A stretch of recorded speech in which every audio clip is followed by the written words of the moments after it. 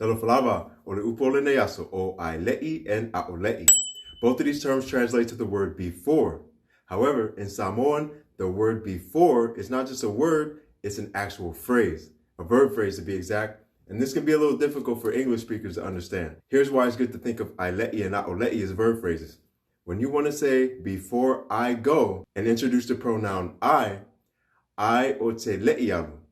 Just like we talked about before several times in the verb phrase videos, we can put our pronoun ote or I before the verb le'ialu or not yet gone.